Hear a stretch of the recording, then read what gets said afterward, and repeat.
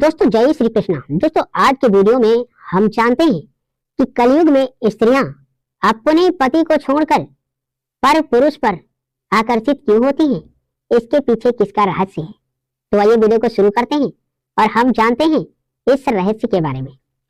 दोस्तों एक बार की बात है, माता भवानी भोलेनाथ से पूछती है कि हे नाथ, कलयुग में स्त्रियां अपने पुरुष पति को छोड़कर पराये पुरुषों पर आकर्षित क्यों होती हैं और एक से अधिक पुरुषों के साथ संबंध क्यों बनाना चाहती हैं, इसके पीछे क्या रहस्य है। तो भगवान शिव मुस्कुराते हुए कहते हैं, देवी, इसके पीछे कलयुग का नारियों के लिए श्राप है, जिसके कारण नारियां एक से अधिक पुरुषों के साथ संबंध बनाना चाहती हैं। माता भवानी कहती हैं कि हे नाथ, इस रहस्य के बारे में मुझे विस्तार पूर्वक बताइए। तब भगवान शिव राजा नल की कहानी माता भवानी को सुनाते हैं। भगवान भोलेनाथ कहते हैं कि देवी, नल निषाद देश के राजा थे। उनके पिता का नाम वीरसेन था। वे एक वीर और बेहद आकर्षक योद्धा थे, जिनका चरित्र पूरी तरह उज्जवल था। वहीं दूसरी ओर विदर्भ नरेश भीमक के 3 पुत्र और 1 पुत्री थी, जिसका नाम दमयंती था। ऐसा कहा जाता है कि दमयंती के समान रूपवती स्त्री उस समय त्रिलोक में कोई भी नहीं थी। उसके रूप और गुण की चर्चा पृथ्वी के साथ साथ स्वर्गलोक तक फैली हुई थी। एक बार नल बगीचे में बैठा था, तभी वहां एक सुंदर हंस आया। नल ने उसे पकड़ लिया और हमेशा के लिए उसे अपने पास रखने का विचार करने लगा।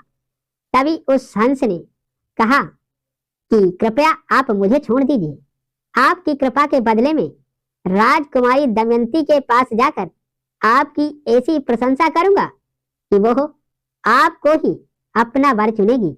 नल ने भी दमयंती के बारे में बहुत सुना था, इसीलिए उसने उस हंस को छोड़ दिया। देवी वचन के अनुसार वो हंस दमयंती के पास गया और नल की इतनी प्रशंसा की कि वो बिना देखे ही उससे प्रेम करने लगी। उसी समय उसके पिता भीमक ने उसके स्वयंवर का आयोजन किया और सभी राजाओं को निमंत्रण भेजा। नल भी उस स्वयंवर में भाग लेने के लिए विदर्भ की ओर निकले। दमयंती के रूप का प्रभाव ऐसा था कि स्वयं देवराज इंद्र भी अन्य देवताओं के साथ स्वयंवर में भाग लेने के लिए स्वर्ग से चले आए थे। मार्ग में देवताओं की नजर नल पर पड़ी, जो स्वयं कामदेव के अनुसार आकर्षक थे। उन्होंने चतुराई से उसे स्वयंवर से हटाने की योजना बनाई। देवराज इंद्र को देखकर नल ने उन्हें प्रणाम किया। तब देवराज ने कहा कि मेरा एक कार्य है, जिसके लिए मैं चाहता हूं कि आप मेरे दूत बन जाएं। ये सुनकर नल ने प्रसन्नता से कहा कि हे देवराज, आपका दूत बनकर मैं सम्मानित हो जाऊंगा। इस पर इंद्र ने कहा, हे नल, आप हम देवताओं के दूत बनकर दमयंती के पास जाइए और उससे कहिए कि वो स्वयंवर में हम देवताओं में से किसी को चुन ले। इतनी बात सुनकर नल ने कहा कि वे स्वयं दमयंती से विवाह करने के उद्देश्य से स्वयंवर में भाग ले रहे हैं, तो ऐसे में वे उनका यह संदेश कैसे दे सकते हैं। देवी ये बात सुनकर इंद्र ने कहा कि आपने हमें वचन दिया है, इसीलिए आपको हमारा कार्य तो करना ही होगा। अपने वचन की रक्षा के लिए नल रात्रि में छुपकर दमयंती के महल पहुंचकर वहां पर जब दोनों की भेंट हुई तो दोनों एक दूसरे को देखते ही रह गए। जब दमयंती को पता चला कि वे वही नल हैं जिन्हें वो अपना पति मान चुकी है, तो वो अत्यंत खुश हुई। तब नल ने उसे देवताओं का संदेश पहुंचाया। इस पर दमयंती ने रोते हुए नल से कहा कि अगर वो नल को पति के रूप में ना पा सकी तो आत्महत्या कर लेगी। देवी नल ने उसे बहुत समझाया, किंतु अपने प्रति उसका सच्चा प्रेम देखकर नल वापस देवताओं के पास आ गए और उन्हें सारी स्थिति में बताई और उन्हें हर बात से अवगत कराया। देवताओं ने सोचा कि दमयंती को पाने के लिए उन्हें कोई और उपाय खोजना पड़ेगा। स्वयंवर के दिन पृथ्वी लोक के साथ स्वर्ग लोक के सभी राजा विदर्भ वहां पर पहुंचे, किंतु दमयंती की दृष्टि केवल नल को ही खोज रही थी। स्वयंवर में सभी देवताओं ने छल से नल का ही रूप बना लिया।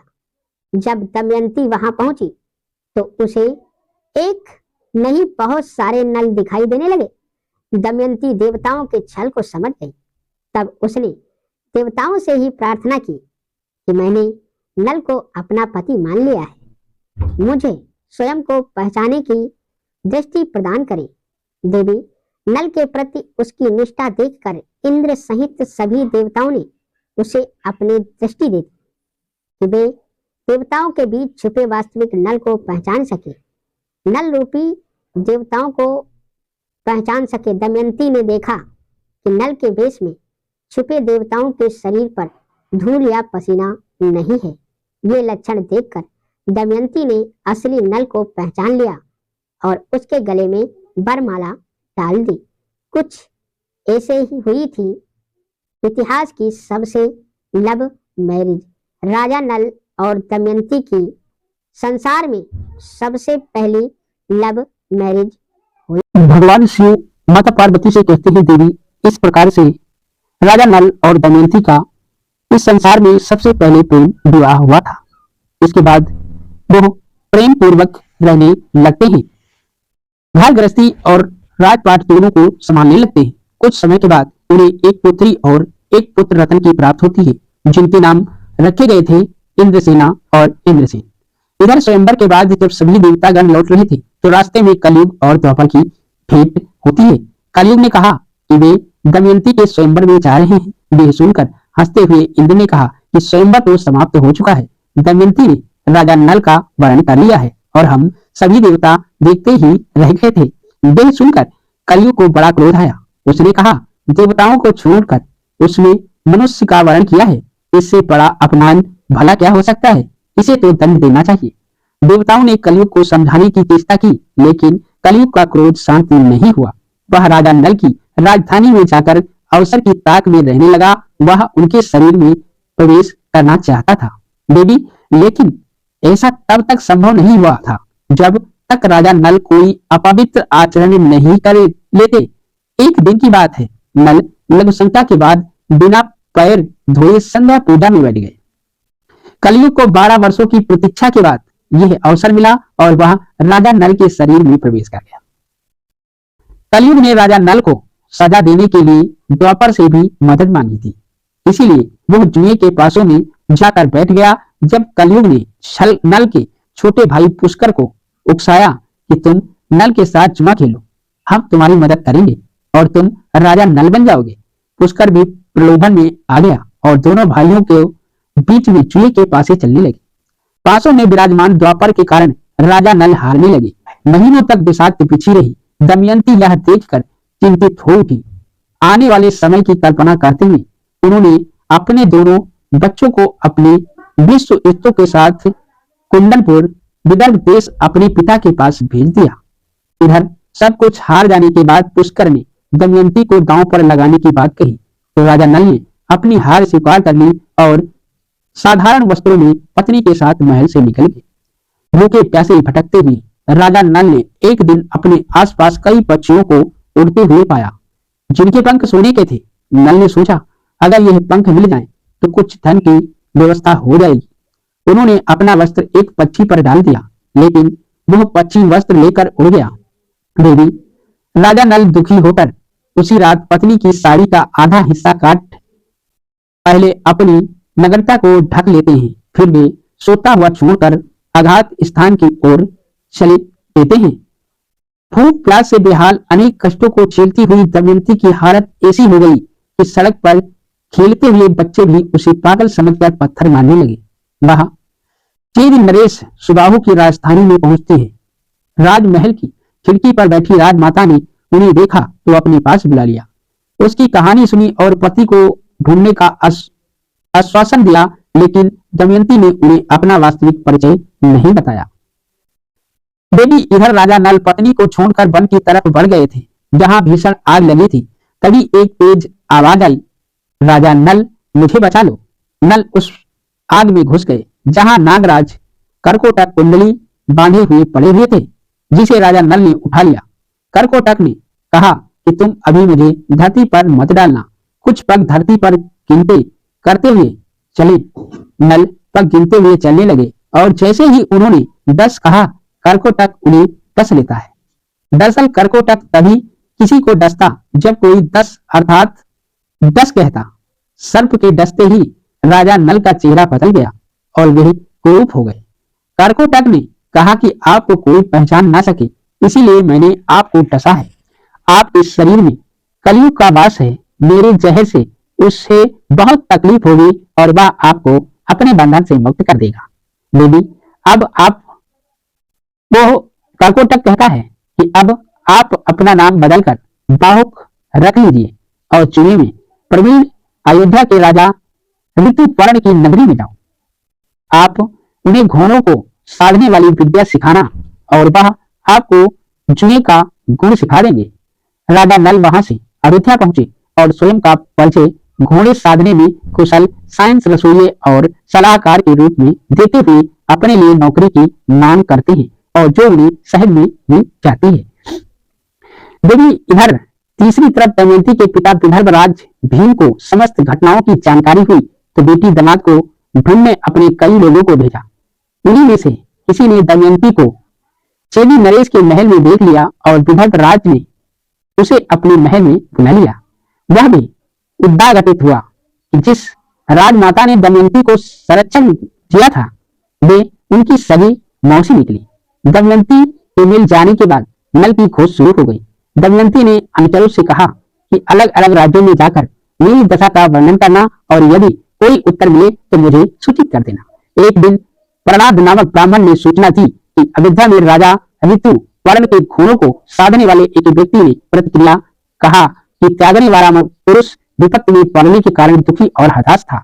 सत्य और पत्नी को वन में इस प्रकार छोड़ना अनुचित है, लेकिन वह चिंतित और दुर्दशाग्रस्त था, इसीलिए उस पर क्रोध नहीं करना चाहिए। परंतु वह व्यक्ति बड़ा ही क्रूर है, वह तो राजा नल नहीं हो सकता है। इसके बाद दमयंती ने अपनी माता से कहा कि जिस प्रकार सुखदेव ने मुझे यहाँ तक पहुंचाया है वैसे ही वह अयोध्या जाएं और मेरे पति को लाने का प्रयास करें, लेकिन वह आप पिताजी से ना कहें। पुनः दमयंती ने सुदेव से बुलाकर कहा कि आप अयोध्या जाकर अपनी ऋतुपर्ण से कहें कि राजा नल जीवित है अथवा नहीं, कोई नहीं जानता है। इसीलिए दमयंती का दूसरा स्वयंवर हो रहा है जिसमें सभी बड़े बड़े राजा और महाराजा आ रहे हैं।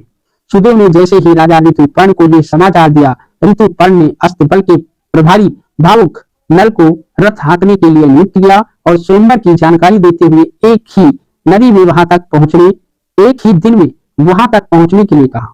यह सुनकर नल जल हो गए। उन्हें विश्वास नहीं हो रहा था कि उनकी पत्नी फिर से स्वयंवर रचा रही है। सत्यता जानने के लिए वो वहां जाने को राजी हो गए।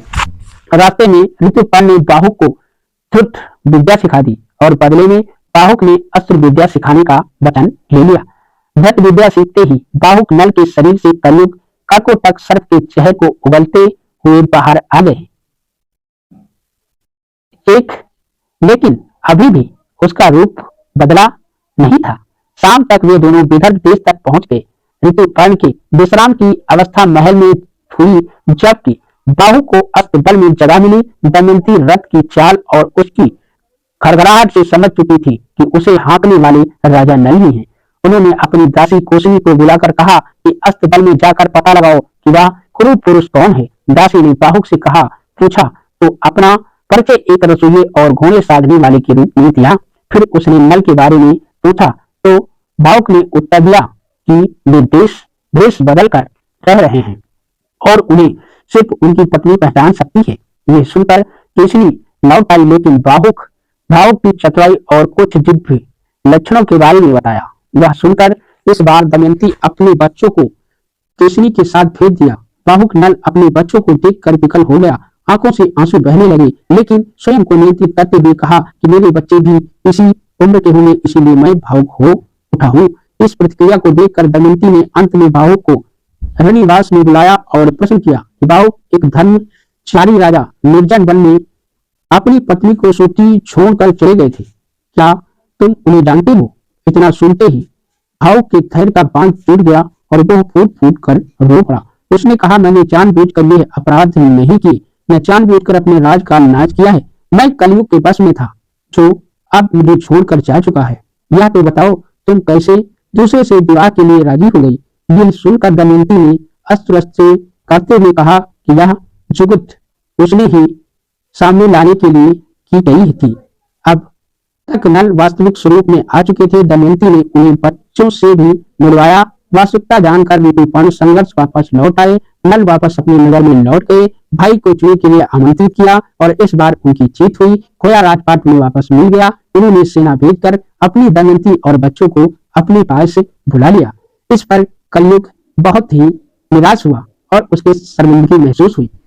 वह राजा नल और दमयंती को ये श्राप देता है कि इस समय मैं आप पर अपना प्रभाव नहीं जमा सका, लेकिन मैं तुम्हें श्राप देता हूं कि दमयंती, तुमने अपने प्रेम के प्रताप से अपने पति को पहचान लिया, मगर कलयुग में मैं जब स्त्रियों पर अपना वास करूंगा तब स्त्रियां इस चीज को पहचान नहीं पाएंगी। वो अपने पति से ज्यादा पराये पुरुषों पर आकर्षित होंगी और एक से अधिक पुरुषों के साथ संबंध बनाएंगी। तो दोस्तों, ये था का इस वीडियो में हमने जाना कि कलयुग में स्त्रियां अपने पति को छोड़कर पराये पुरुषों पर आकर्षित क्यों होती, इसके पीछे किसका श्राप था। अगर वीडियो पसंद आई तो वीडियो को लाइक करना, हमारे चैनल को सब्सक्राइब कर लेना ताकि हमारी आपकी मुलाकात रोजाना यूं ही होती रहे। दोस्तों, जय श्री कृष्ण।